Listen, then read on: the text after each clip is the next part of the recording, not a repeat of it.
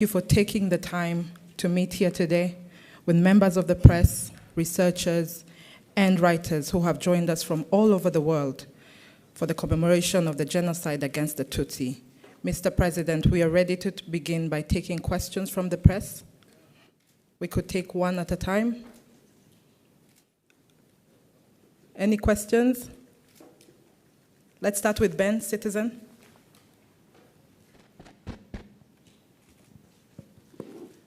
Murakoze Chane, Your Excellency. My name is Ben Kirui from Citizen TV, Kenya. And I have two questions for you. The first one is, to what extent is the international community culpable for its lack of intervention during Rwanda's darkest hour, especially given the catastrophic failure to prevent the 1994 genocide against the Tutsi?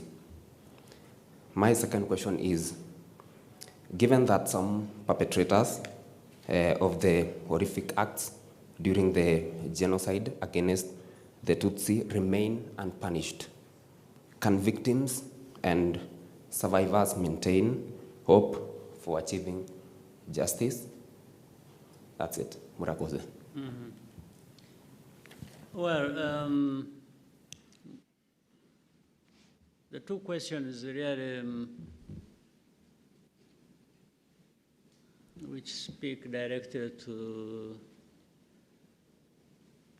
the problems we had in '94, but of course which have a history that go back decades.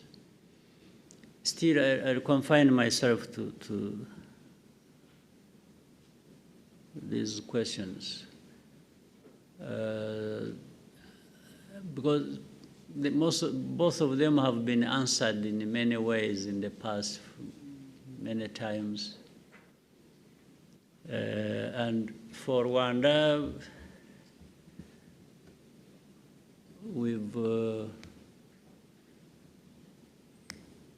I think, made progress and left some of the underlying issues to these questions were behind us. Whether the international community was responsible, to what extent, and so on and so forth, well, they have been responsible. To what extent, you can say to a great extent.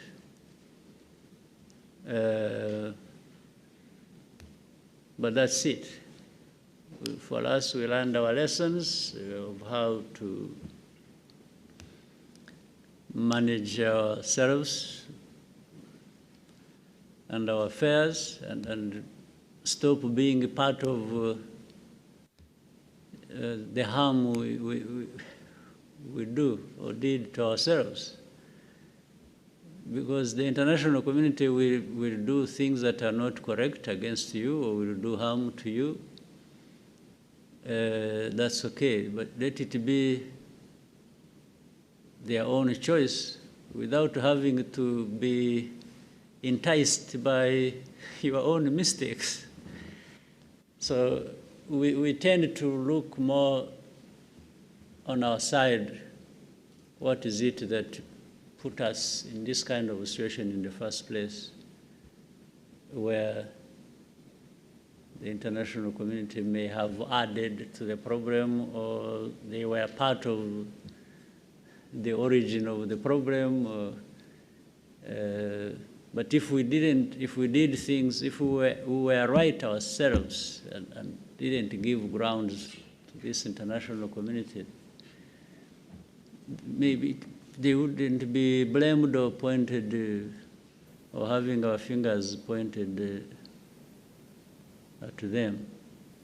So, and for the people who are all over the place who committed or who took part in the genocide, they are there. We have interacted with those people that hosted them. We have done it for many years. Some efforts have succeeded, most of them have not. But those people and whatever is happening should not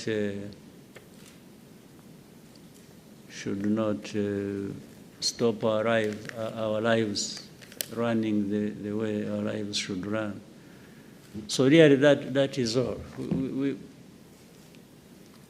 This mainly comes up when questions like you have raised come up from other people, but they don't occupy us on a daily basis, thinking about them. Yeah. Thank you. Kigali Today. Thank you very much, Your Excellency. My name is Edmund Kajira. I work for Kigali Today. Mr. President, what is your message to the people who continue to be vague and ambiguous about who the victims were in Rwanda? A good example is a message by Secretary Blinken.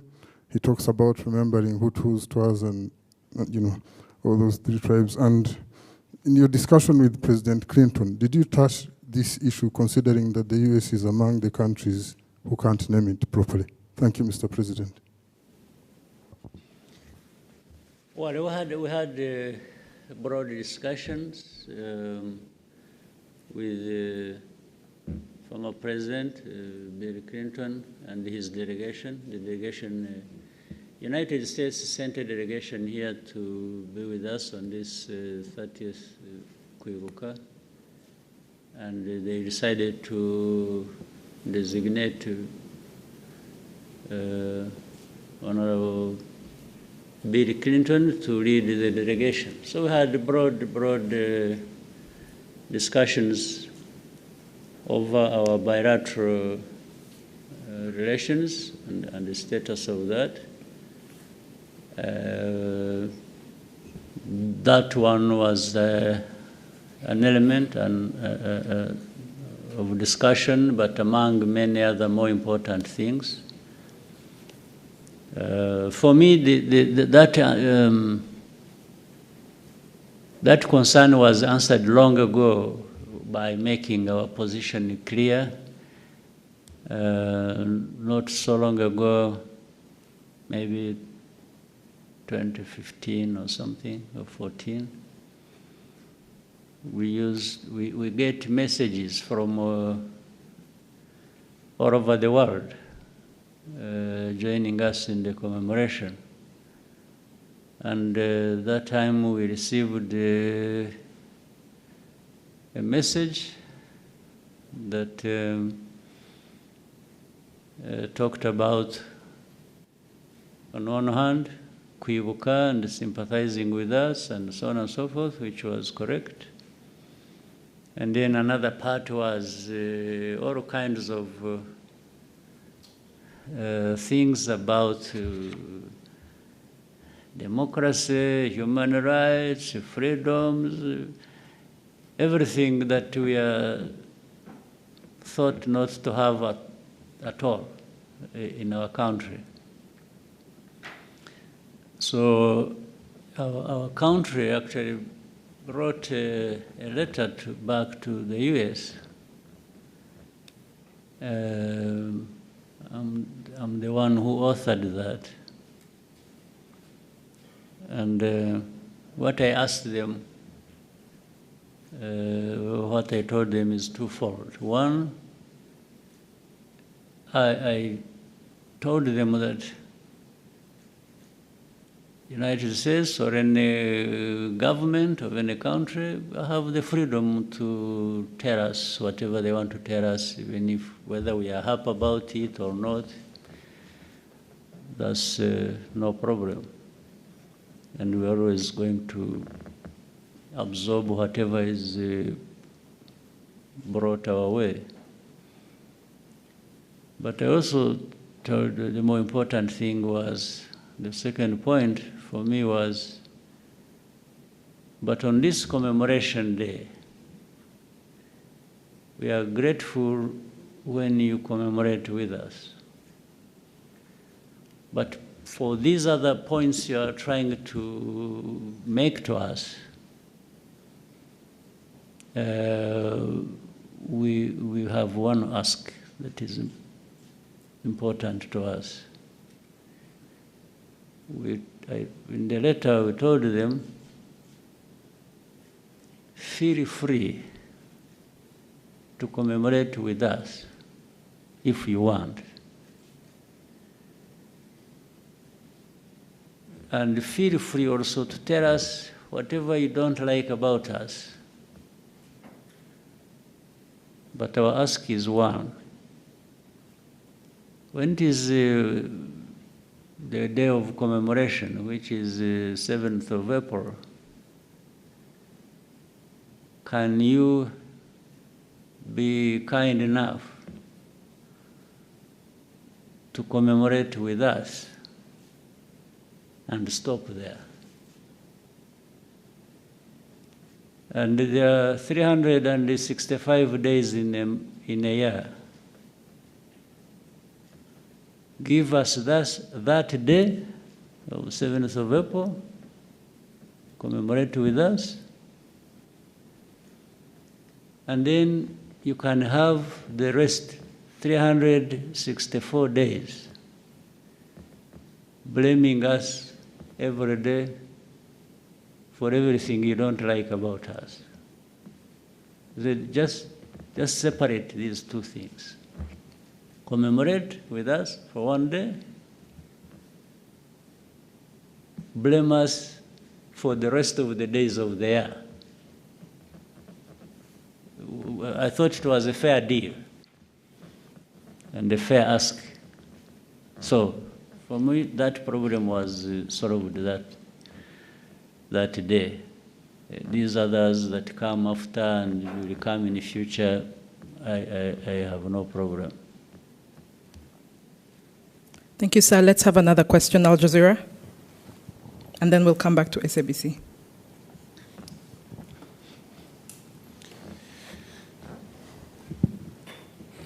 Good morning, Your Excellency. My name is Laith from Al Jazeera. Earlier in interview, Your Excellency described some politics in the region be primitive, based on ethnics. I'm in Rwanda only since a few weeks, and I noticed that the level of the stability in the country. And so my question is, how does Rwanda manage political strategy with the neighboring to maintain the achievement since 1994? Thank you. Thank you. We do what we can, what is possible, and we don't do it alone. We try and do it with those countries, neighboring countries and beyond. But there are priorities. Those are the ones we stick to.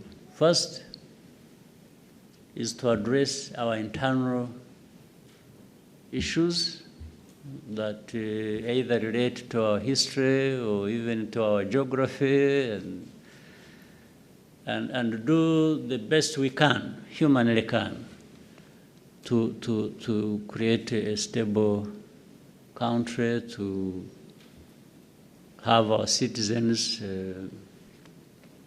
get the best they can give themselves, or working together, we can offer each other, and it's security, it's socio-economic development, it's always adding to bringing the country back together in the form of unifying the people, even in their differences, still look at each other as belonging to the same country towards which we can contribute the best we can individually and then collectively.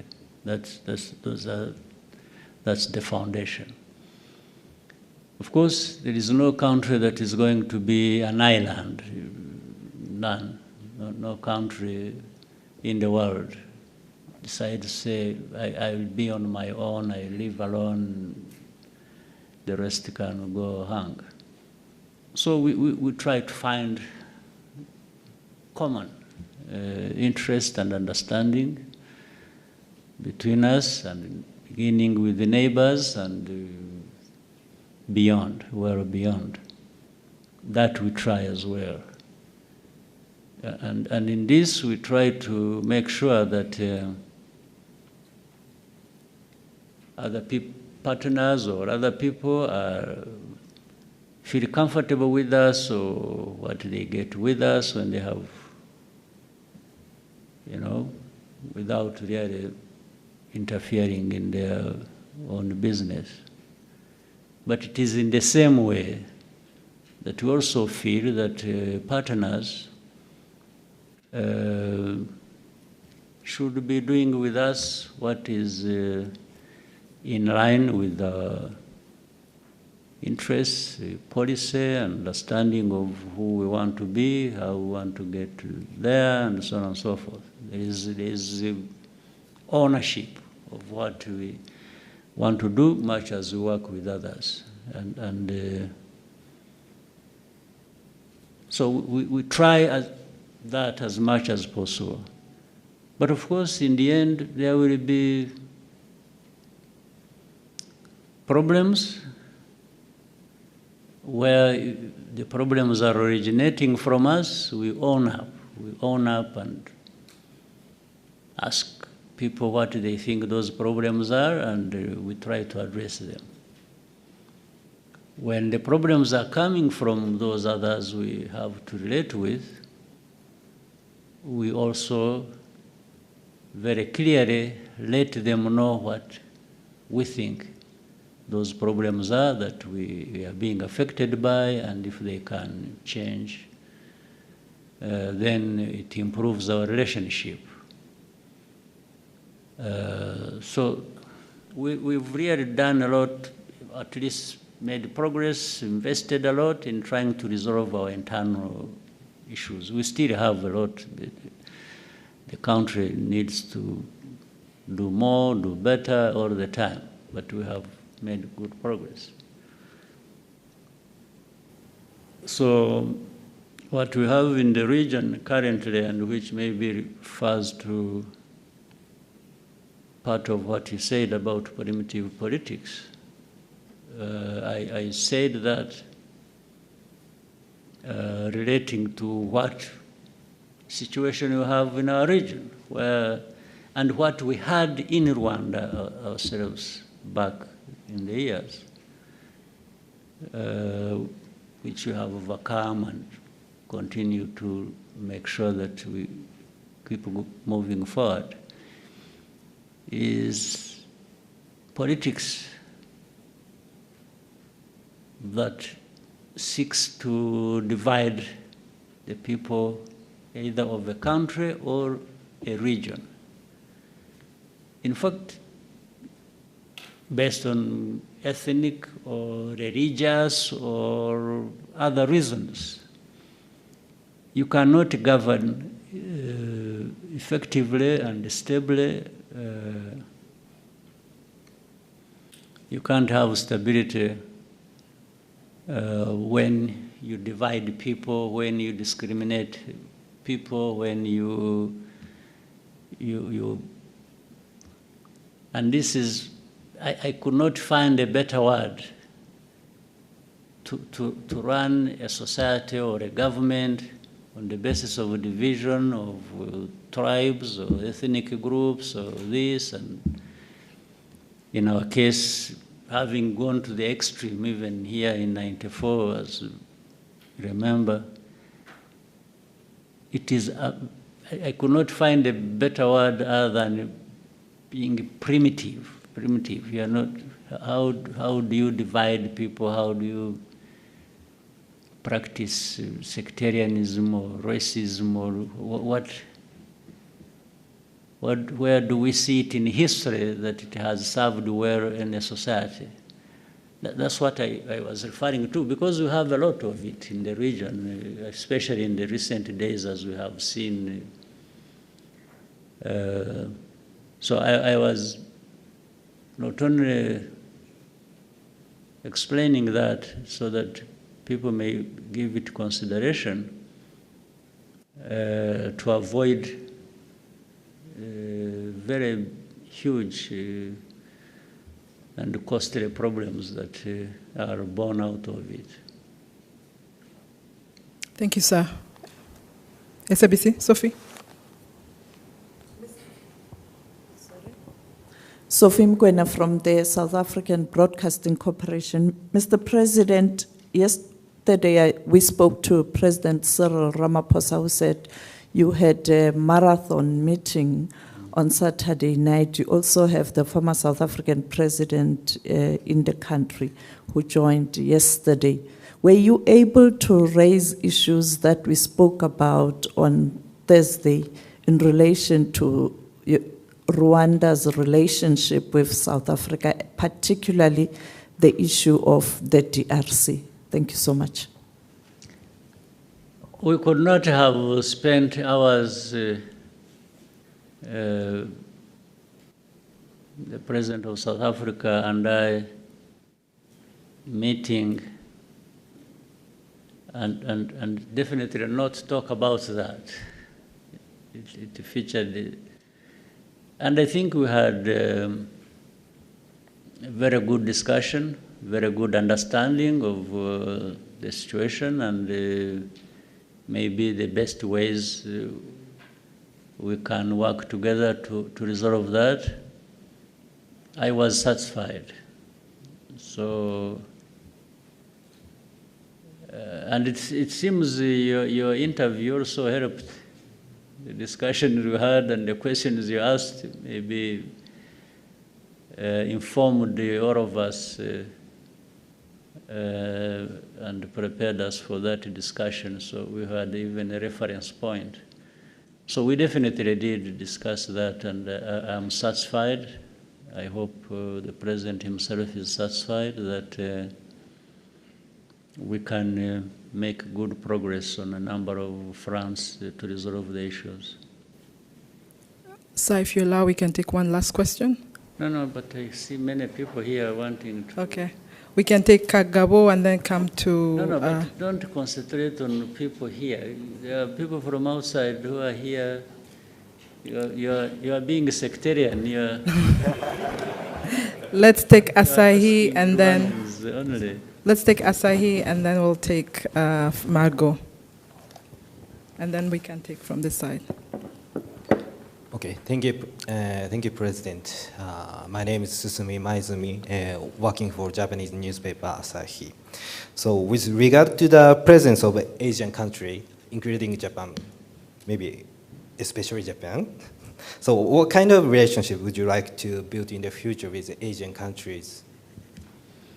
We actually have a very good relationship with the Asian countries, and a relationship that is very productive, that is very meaningful to our development as a country, and I hope meaningful to those countries as well from our side. So we do. And the good thing is, it's actually it's a healthier relationship with those Asian countries. They don't come with, well, some of them have started learning to do that, but largely it's respectful, it's very beneficial. They don't come with all kinds of demands that we must address like we have in some other types of relationships. So it's there, we want it to grow, and it's healthy.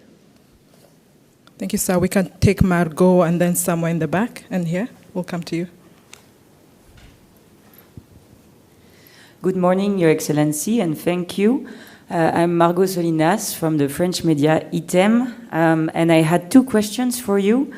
about, first, the French presidency leaked last Thursday a piece of the speech of Emmanuel Macron that he was supposed to pronounce yesterday, but the video that was actually released elsewhere and the speech didn't match with what was announced. Plus, Emmanuel Macron was supposed to come and finally he cancelled. I wanted to know if whether there has been a problem because of the French position doesn't sound like really clear at the moment. And my second question is about the fact that Rwandese soldiers have been sent to Mozambique in 2021 in the aim to help and strengthen Mozambican and Rwandan relationship. But how did it also strengthen the relationship between Rwanda and France at the moment? Right. As far as I'm concerned, our relationship between Rwanda and France is good and has been good in the recent days. Of course, behind that, there is this long history of problems relating to what happened in our country in the last 30 years. So my feeling up to now is we've made progress. But there are still people maybe in the political and other structures of France that are held back by what happened in history. They are still living politically in the past. We can only be making progress on the basis of people who want to look forward and we move forward together. So I don't know the proportions, who is this, who is that, I don't know. But to make the judgment, I think the people of France are reasonable people and we can work together. Sometimes the politicians are the ones that are at issue. So I heard about that, the contradictions in the statements, or this, or watering down this, but that's all about it. I heard that happened, but I really, for me, I'm focused on the good things that can happen if we relate well and make progress. These small issues, I think, will be there, even if you are talking about the head of state having done this and that. But still, that's not for me to dwell on and talk about. Maybe when you get an opportunity and speak to him when you get back, you may ask him. He may give you a better answer than I am capable of giving you. But for us, we are still on the side of wanting to continue making progress, irrespective of the bad history we have had. For Mozambique, we got involved in Mozambique with the understanding and invitation of our brothers and sisters in Mozambique. And we've been there doing what we can and working with the Mozambicans to rein in the insecurity that was there for a couple of years. And I think good progress has been made also. How the French come into this, as you asked, maybe is related to what you might be having in mind because they have investments there. Like other countries have. In fact, there are many countries that have these investments, heavy investments in Mozambique, either these countries working together and through their companies or different ways. Where it is France, it is the United States, it is India, it is Japan, it's Korea, there are many who are there, working there. So naturally, the investments have to be made in a stable environment. And since we are there contributing to the stability of the area where these countries are making investment, we have discussions, we talk to each other. In our contribution and their investments there, we have good discussions and understanding of how we can continue to stabilize that area. That's the main thing they can say, France linking through Mozambique. Thank you, sir. We take 2-3 more questions. Yeah, keep going. Okay, we'll go with Francois and then David and then come to AP.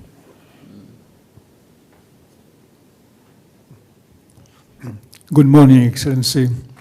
My name is Jean-François Dupaquier from Africa, Arabia.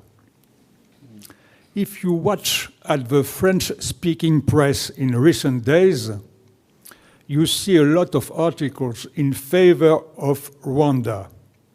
Anyhow, there is often an incidental headline that asks the question, but who is Kagame really? The propaganda of your enemies, particularly in Congo, describe you as a cruel and bloodthirsty tyrant. Do you try to change this image? For example, in most of your official photographs, you look severe and distant. This can contribute to fueling controversy. Why don't you wear a slight smile like all your fellow presidents around the world? Do you ultimately like or dislike being fed, sometimes hated, in the Western world? Thank you. Good.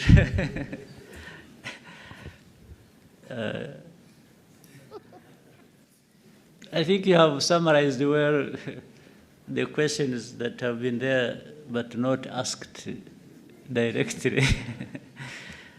But for the smile, I think I have to borrow either some talent or actually directly the smile from some people. But the fact that it is the smile is lacking on me is not my making. Maybe it happens accidentally. But very interesting way of putting your question. I try to answer it this way. Starting with who is me, who is the person. I have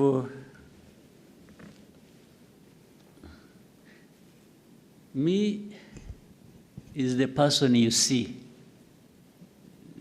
I'm not hiding anything. What you see in me is what I am.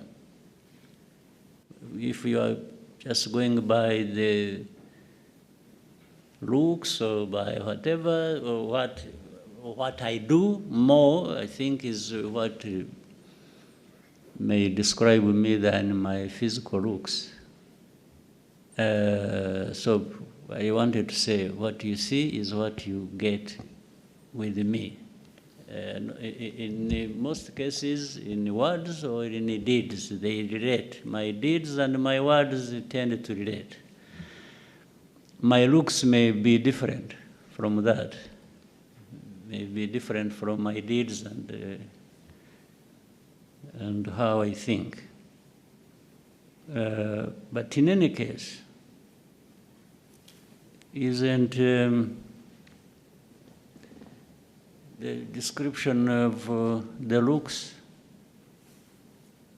also subjective. There are people who see me as through the looks as a terrible person. There might be others who say, after all, there's nothing bad looking like that. So it's subjective. But to the point you're making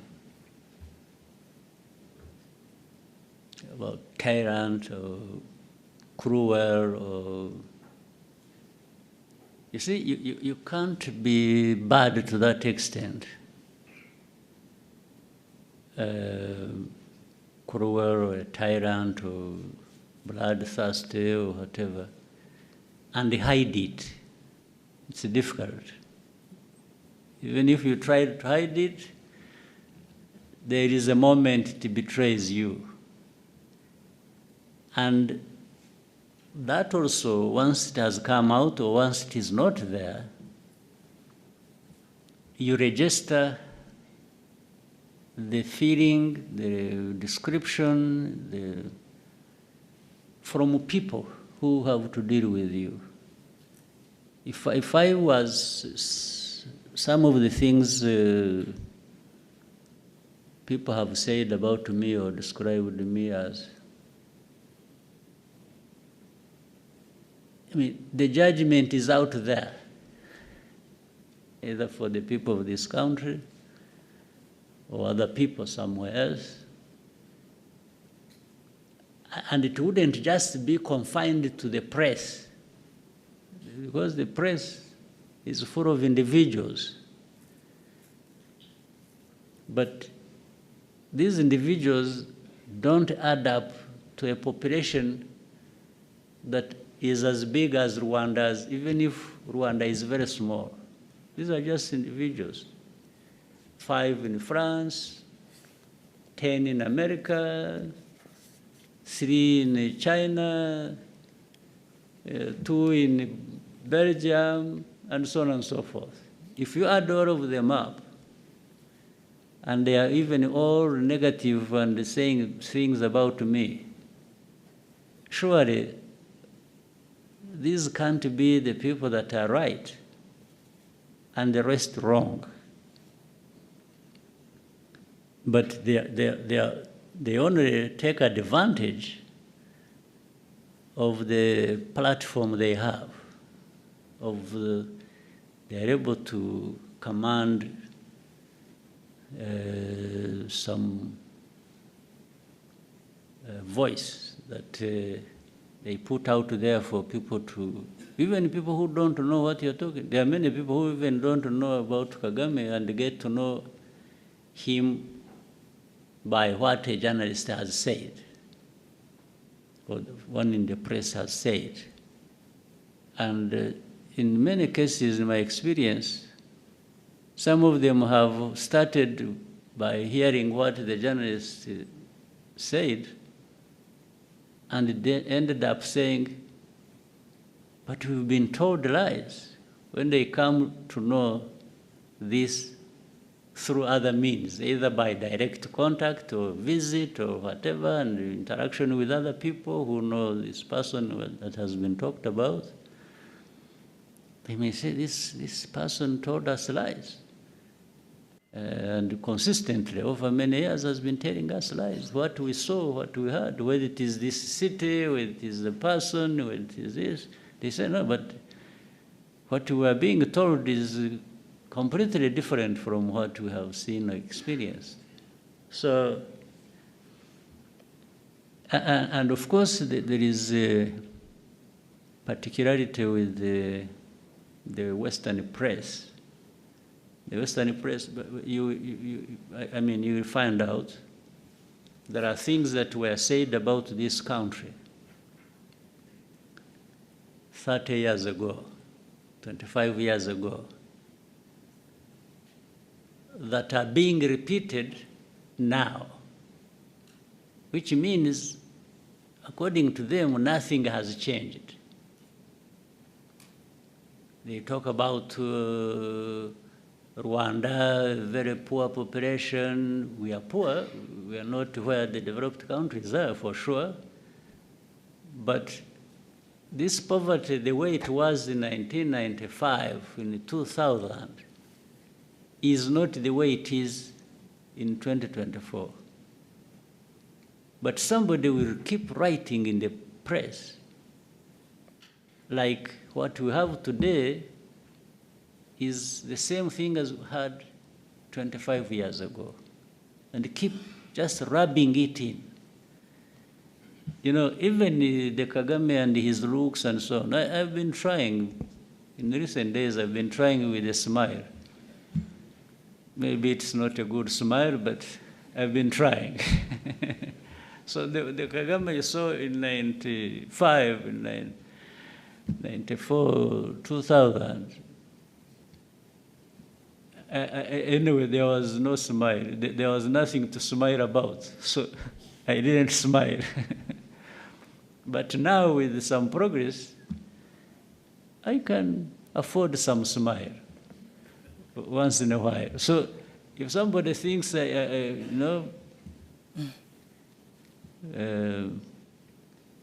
that, I have even grown gray hair.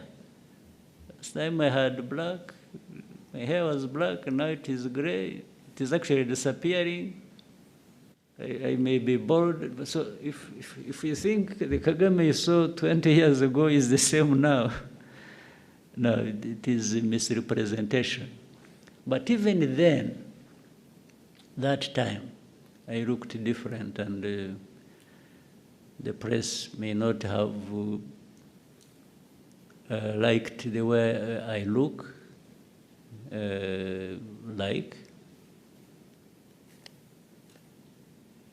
but the situation that time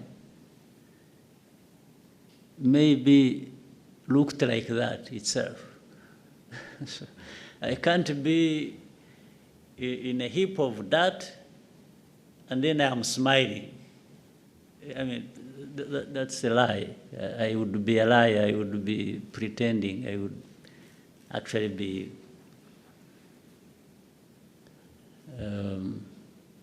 having some problems with me to pretend that everything is okay around me when everything is bad.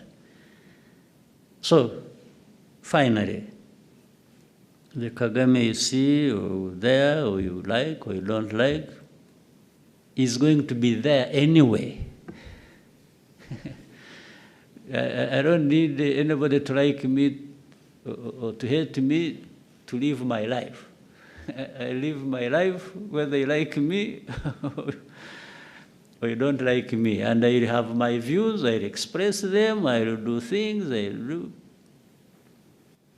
So I owe my living to not a single individual or country, even if powerful ones. No, we are all human beings created, sometimes they say, by God. I don't know, maybe we are there for something. But so, for somebody to have powers over me, that one I can tell you is not possible. Even the most powerful didn't create me. Who created them, first of all? And we are all here just temporarily. If we are lucky, we live up to 100 years. Those are the luckiest. You know? So the one who is saying all that has also his time, and he'll go like all of us. Everyone has their day. So that's why I can't accept that anyone who has powers over somebody else to the point of dictating. Even the most powerful don't have power over us, how we live, how we do.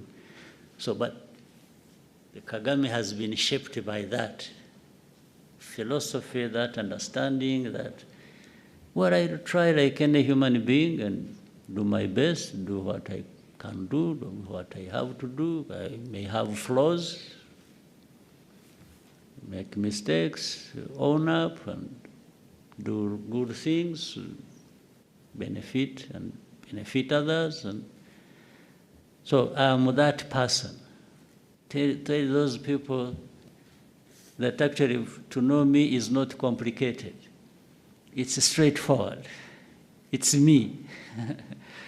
Then other things we can discuss on the side. But that was a very powerful question. Thank you, sir. We can take from Amu, who's just next to Francois. And then... Thank you. Thank you, Your Excellency. Amu Kanampili from AFP. My question is about the March 23 movement in Eastern DRC. Your government has previously denied backing the movement. Does that denial still stand a year and a half later? And what is the current relationship between Rwanda's government and the M23? Thank you. Well, those who accuse us, I would ask them why they actually don't support M23 themselves, including AFP, you as a journalist. Why don't you support M23? Or why is the question, you support M23 or you don't support M23? First of all, what is M23? M23 is an organization born in and out of Congo. That's number one. Number two, these are Congolese. And you will hear even Congo admit it.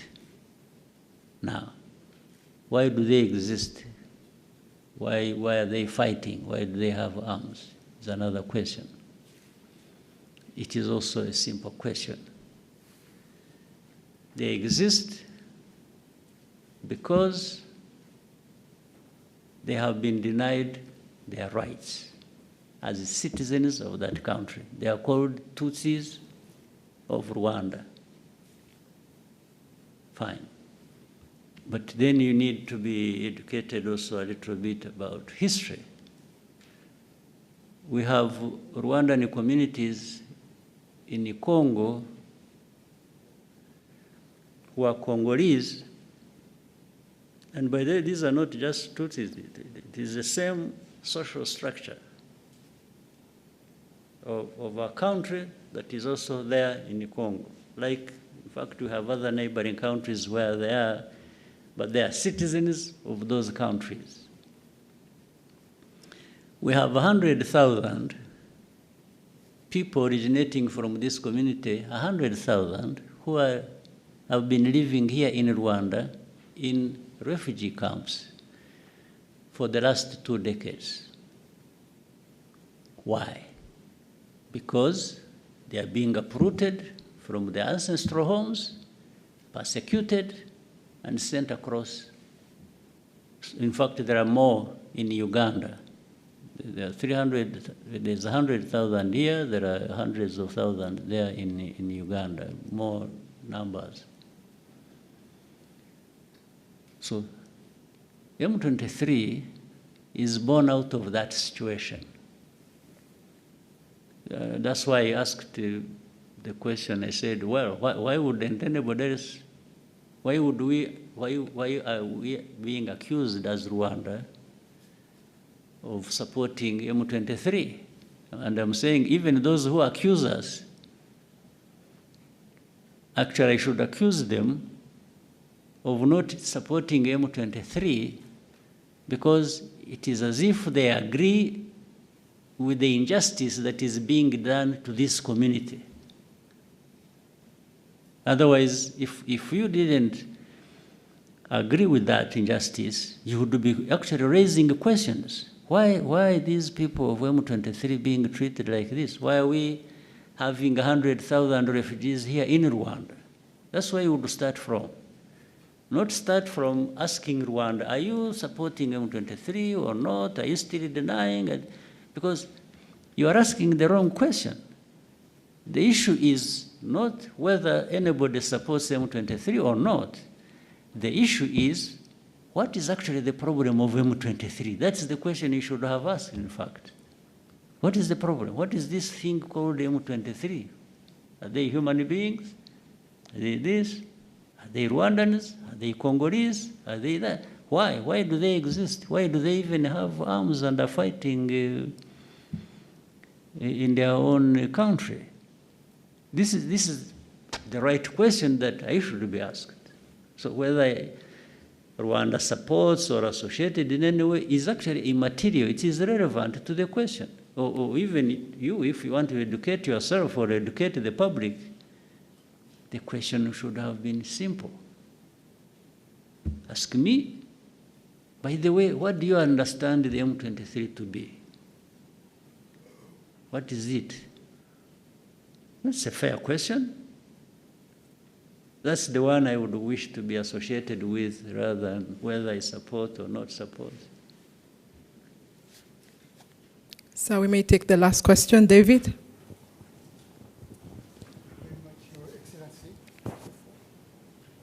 Thank you very much, Your Excellency. Dupac talked about the image. I've been traveling through the continent, and the majority of the youth, I think, don't want you to remain the way you are.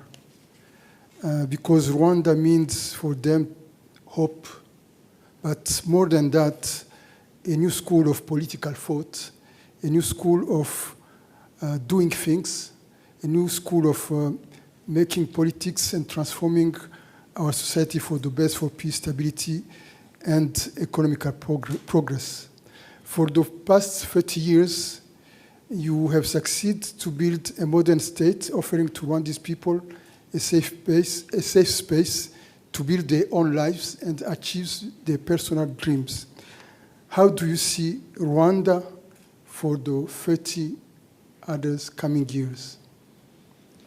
Well, we keep making progress and be where others are that they have even taken for granted. And when you see developed countries, why can't Rwanda or Africa develop to that extent or beyond? What is lacking? So, but what you have to deal with is the right politics in place, management of society and enabling society to do what they need or have to do to take them to a much higher level in terms of development than where they are. So really that is the aspiration for all of us, even as leaders, and I'm sure individual Rwandans, everyone wants to see development. They want to see us, because we are human beings. Human beings, we can't have this allow this disparity, and some have been designated to remain backward, poor, undeveloped, and yet we are sitting on immense resources that actually other people who are developed are coming to help themselves with and taking away. And for us, we are there watching and not doing anything about it. So the Rwanda of the next 30 years should be maybe 3, 4, 5 times better than what you see now. 30 years from our graves to being here, I think another 30 years. We are not coming from the graves. This time we are coming from some level of progress that we have made. Thank you, sir. We may conclude here. Right. We'd like to thank you for your time with us and wish you a good day. Unfortunately, I couldn't take all the questions, but I'm happy to meet you another time.